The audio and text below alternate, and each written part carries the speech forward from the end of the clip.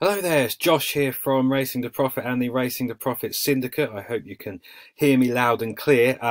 This video is going to be a quick kind of over-the-shoulder run-through of tomorrow's race, where of course Mercian Knight lines up in the Racing to Profit Syndicate colours for the first time for us, our first ever runner, which is very exciting. In this video I'm going to quickly talk through him. And I'm going to talk through some of the opposition and what we may be able to expect, who's the likely runners and riders, which horses look interesting, and I'll try and do it in a way which you can kind of ponder yourselves if you wish, and you may end up wanting to land on one or two of them for betting purposes. I don't know, but I will leave that to you. But of course, yes, the aim of this is to try and bring the race alive, I suppose, and do my best to predict what may happen. Sometimes goes well, sometimes doesn't. So yes, the race, 5 o'clock at Bangor. The going, good to soft, good in places, I think, and I don't think they're due any more kind of downpours, possibly the odd shower, but it's not going to be a bog on current forecasts. It's got enough cut in it, thankfully, for Mercian to take his chance.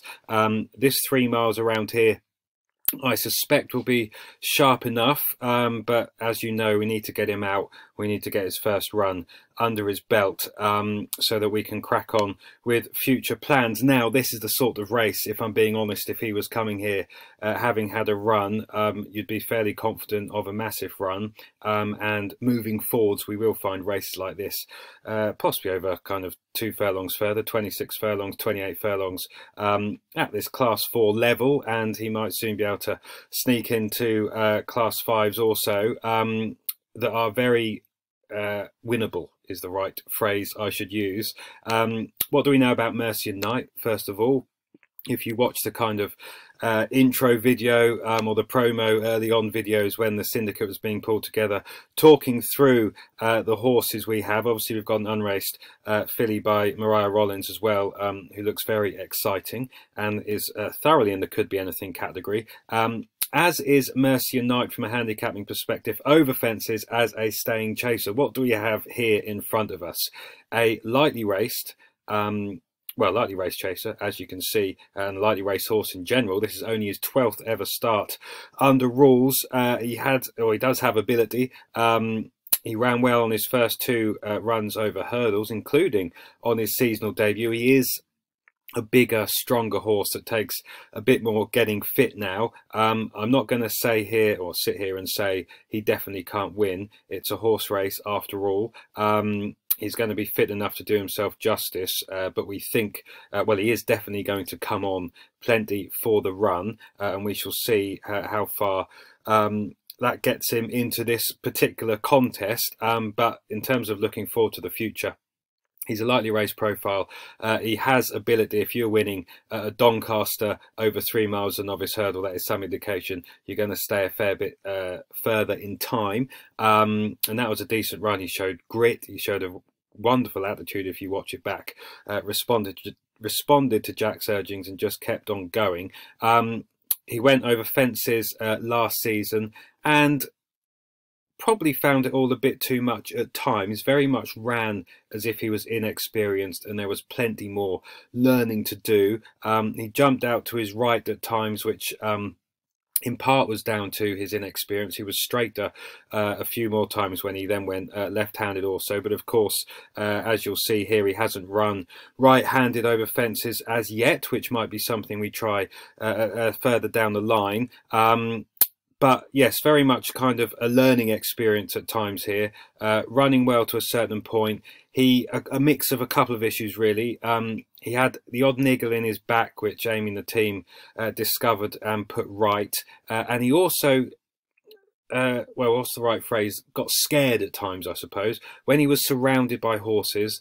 If you watch that Warwick run back, and particularly that Fakenham run, he was nearly taken out in the air at one of the early fences. He was bumped pretty hard later on in the race as well. And very much back then, or last season, if he wasn't enjoying himself, he would drop himself out, possibly sulk a bit. He didn't like being barged around at that time, and that's possibly why we at times like to race him prominently, or just so he's got space and he's out of the way. Now, there's very much hope within the camp that he has matured mentally, and he's certainly open to more mental maturity, being only 7, and he's open to physical improvement as well. He is still growing, he is still young, he's still unexposed, and there is hope, especially as some of the family matured as time went on, that he will keep getting better with age. As I said at the beginning, it's very much that this 3 miles, especially on good to soft, may be sharp enough, but he's going to be fit enough to do himself justice,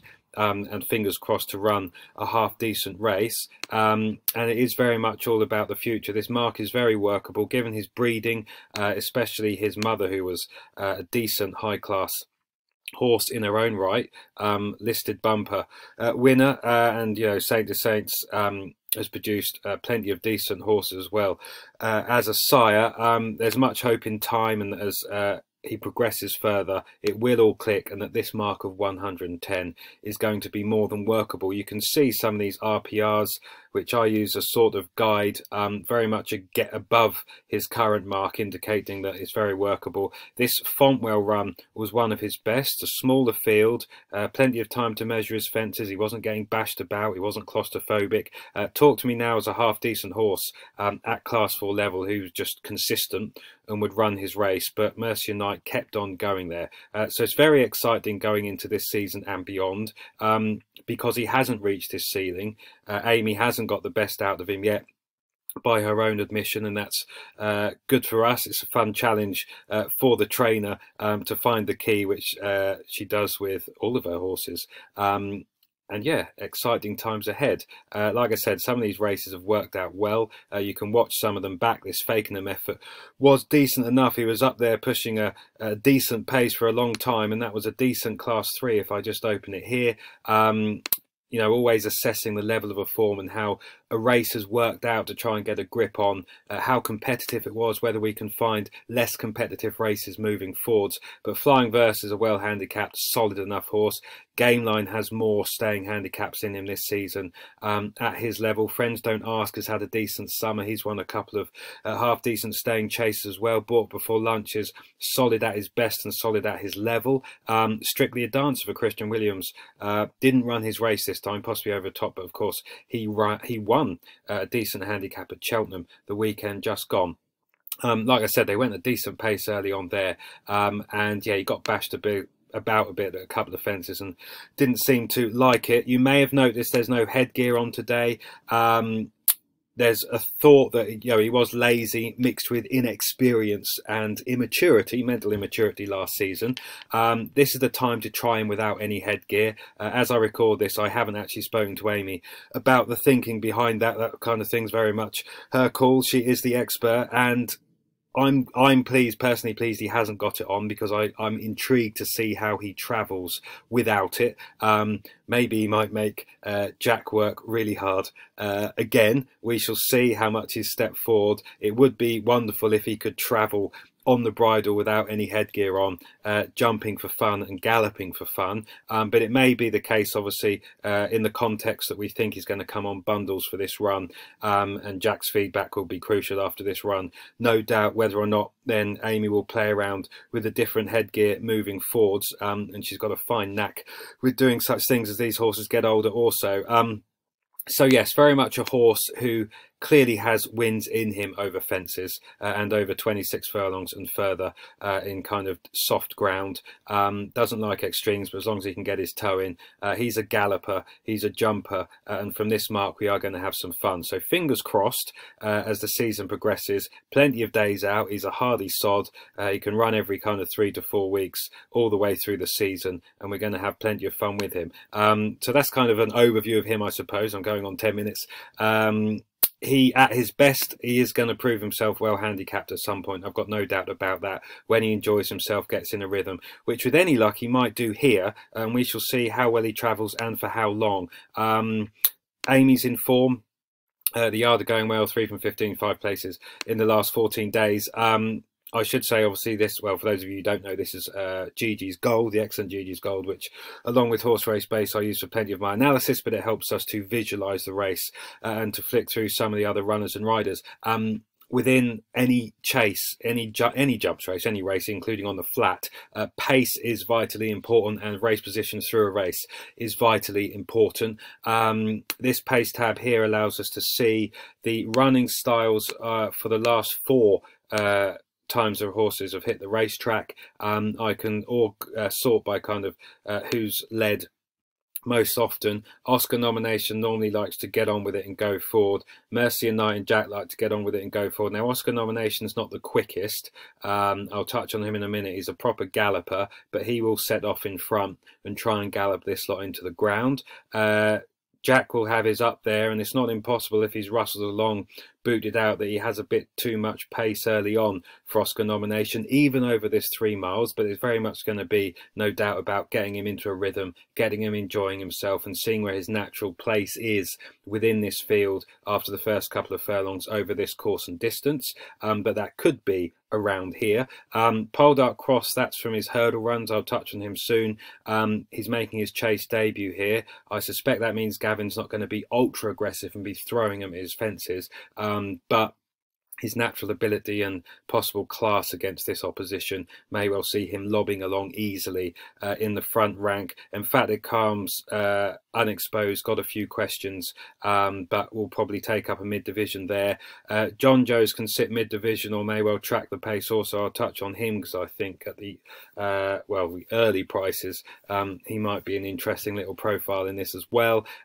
Sandy Boy usually is ridden a bit further back.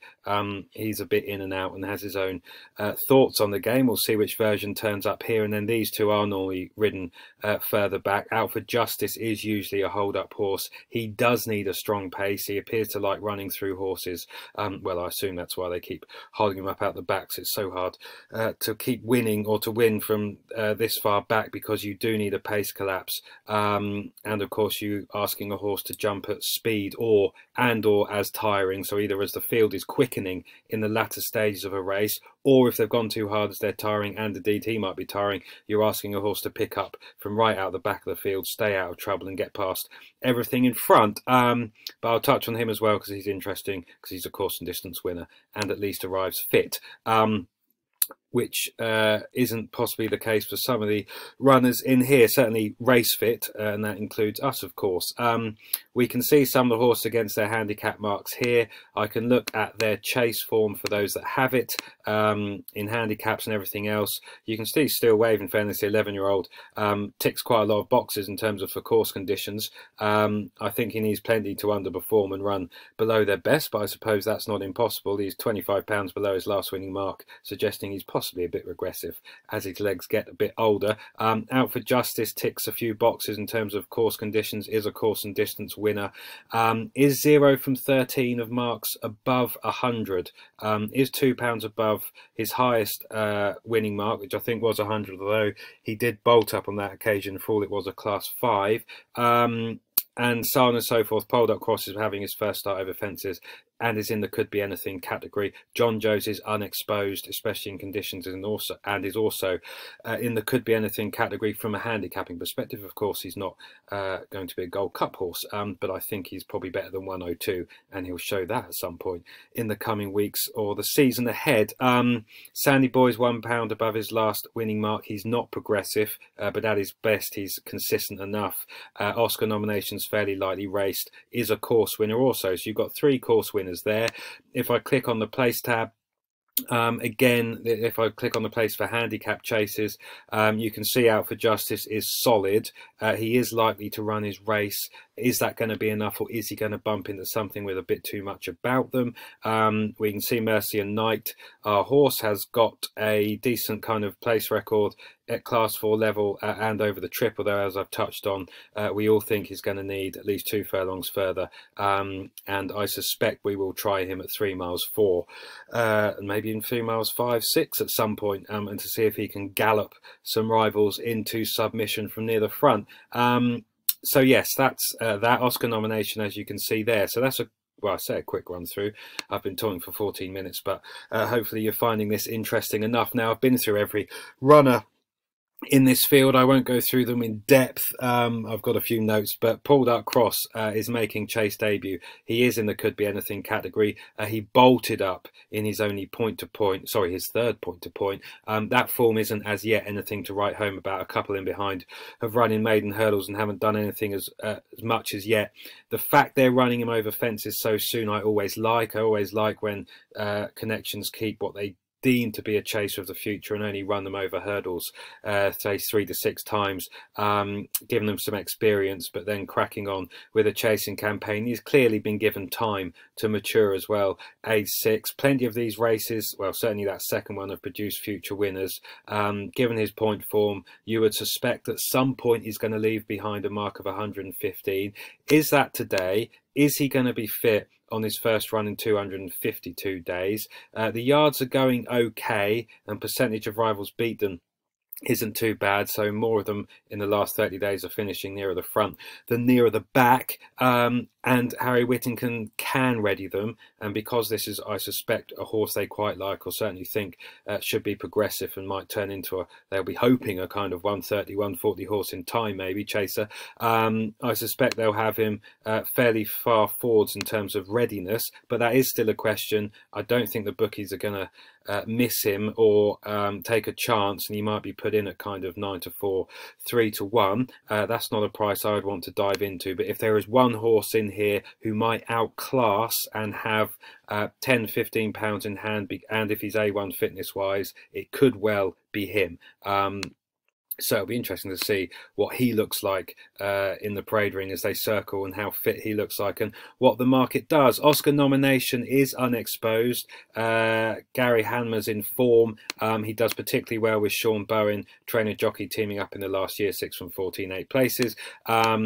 I tipped this one on the blog, actually, in the members club last time, and he would have won 8 to 1 into 4s, but for clouting the last. Very scrappy. He lost about 3 lengths. He lost all momentum, and just got nailed by 2, finishing a bit faster on the line. That form isn't great. It's solid, if unspectacular. A repeat of that run, I'm not sure is going to be enough here, but the fact is he will be fit. This will have been the plan because of his course form. They clearly like running him around here. That performance against Haulaway, he probably didn't handle the soft ground, was solid.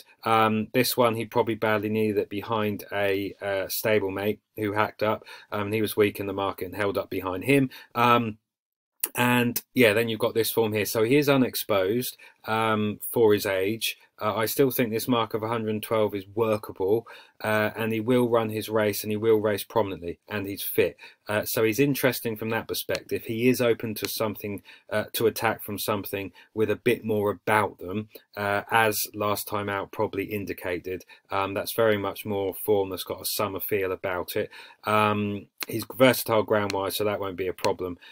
Sandy Boy was awful 25 days ago. It was his first start in 118 days. Did he need it? Did he sulk? He jumped violently to his left at a few, even though, well, maybe he just didn't like Fontwell. That's not impossible. He does like kind of conventional left-handed tracks. He doesn't have a good record right-handed. Obviously, Fontwell switchback, figure of 8. He likes decent ground, but he'll probably get away with this ground. Again, his form, that Mr. Mafia form's okay, but very much summer form.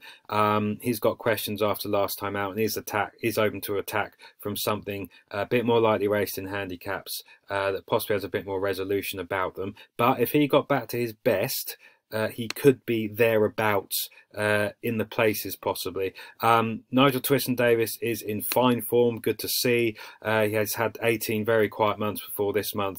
I'm sure they had a virus or something. There are plenty of them were under the weather. That could mean you could excuse a fair few of these runs last year if he, like many of his stablemates, simply wasn't right. And he's unexposed. This is his chase debut. He doesn't have any point-to-point experience.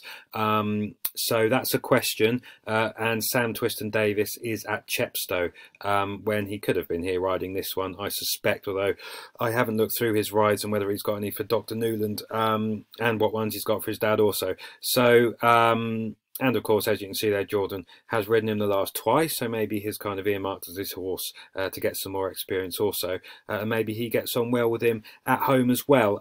So interesting. Will he need the run? Possibly. They've got first-time cheek pieces on, which may help.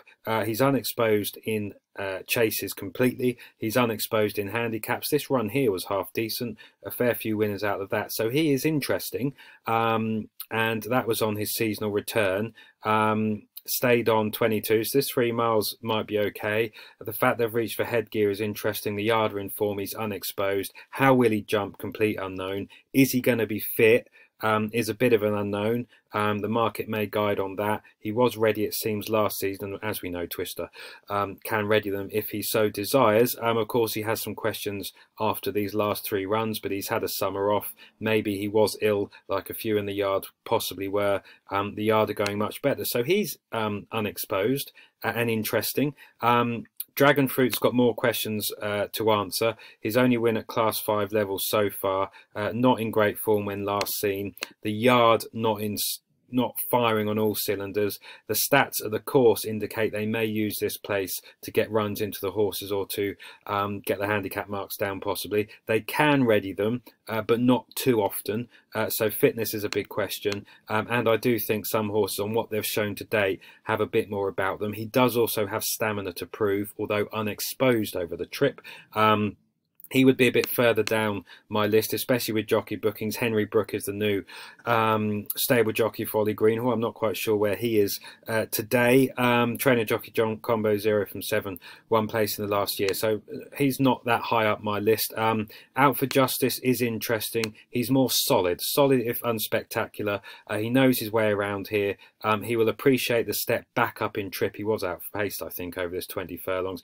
But that maybe this form here behind Wishful Dreaming, you know, 24 furlongs was held up, was staying on. Maybe that is the limit of his ability. This race potentially has a fair few better horses in it than Wishful Dreaming, who's solid but is very much a summer jumper, as is some of this form. Very much does have a summer feel to it. His last win there was in a Class 5 and an okay Class 4, but only that.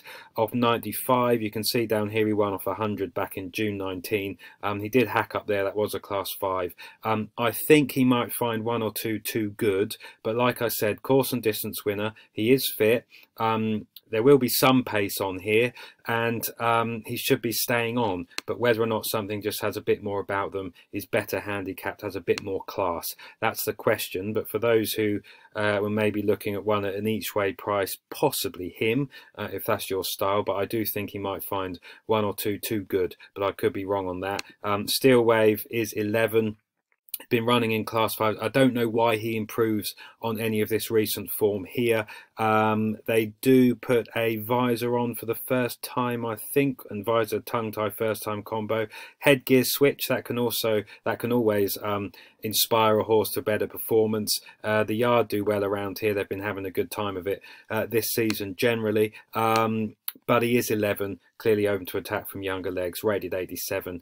Maybe he's just a bit too regressive, and some of the form and some of these races only so-so. I'd like to think he's not going to be good enough to win this. That leaves Jonjo's, who, depending on the market, and some might argue, I might argue at this stage, as I record this Monday afternoon at about 10 to 3 before the market has been formed. I think only William Hill have got prices at the moment.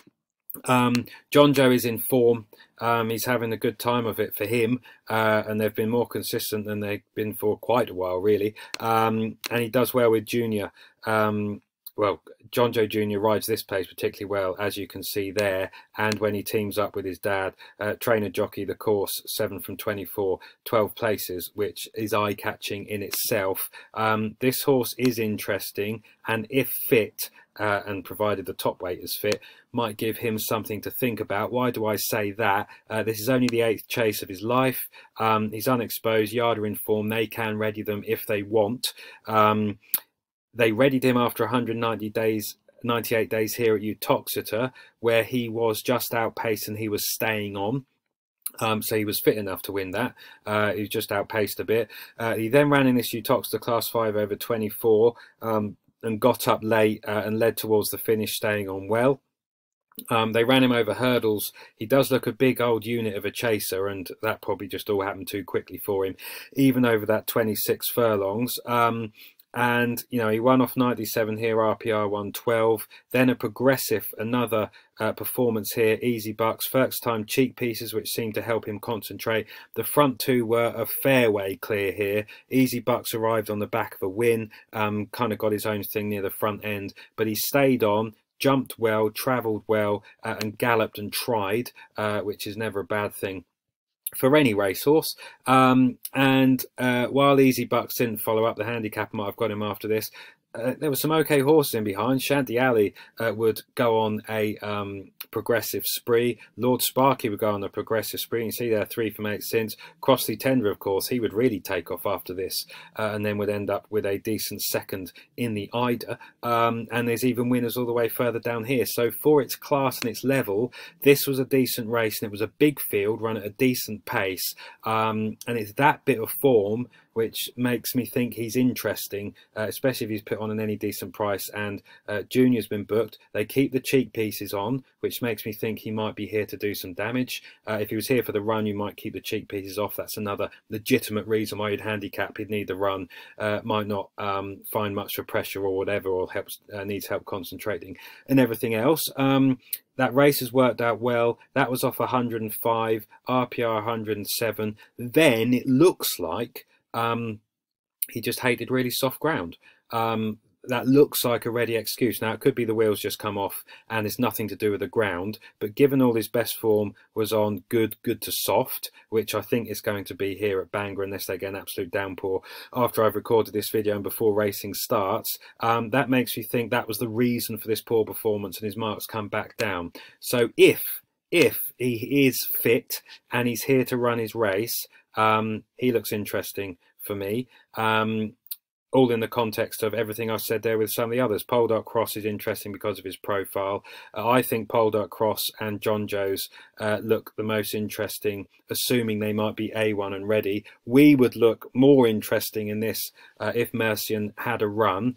We do think, like I said, he's going to come on for it, but that doesn't mean he's not going to run a good race and run well, and he could well plug on. You never know, and stay in a place depending on how this race works out. Especially if he's able to lob along in his own time nearer the front end and get into a rhythm and enjoy himself. And of course, if some of these other horses need the run as well, Twisters may not jump, for example. Whittingtons may not jump.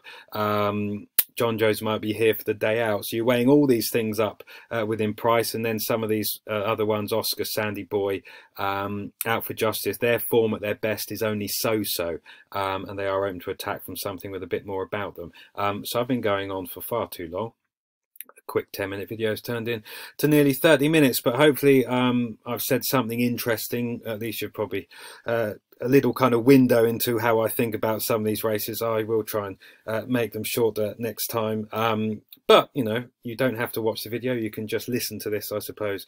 But by the time you get to this stage, hopefully you've enjoyed the watch. Best of luck. I will be going racing. I will be trekking across to Bangor. I think we've got kind of 6 or 7 going, so that should be a good day out. Hopefully those of you who can't make it, there'll be plenty of opportunities, of course, in the weeks and months ahead, and you can manage to find the race on TV and have a watch. He should be up there early on, and hopefully travels well, jumps well. Him and Oscar nomination taking this field along, and we can possibly get excited to 2 out before maybe the lack of a run kicks in, but we shall see. So yeah, very exciting. Fingers crossed, and yeah, have a great day. It will be nerve-wracking watching, as it always is, always very emotional, up and down. And for those of you experiencing it for the first time, having a small share, it's a weird feeling, and one you may not have experienced before watching a horse race. It's very different from just having had a bet on something, that's for sure. But with that said, yes, fingers crossed. Thanks for watching, and yeah, best of luck.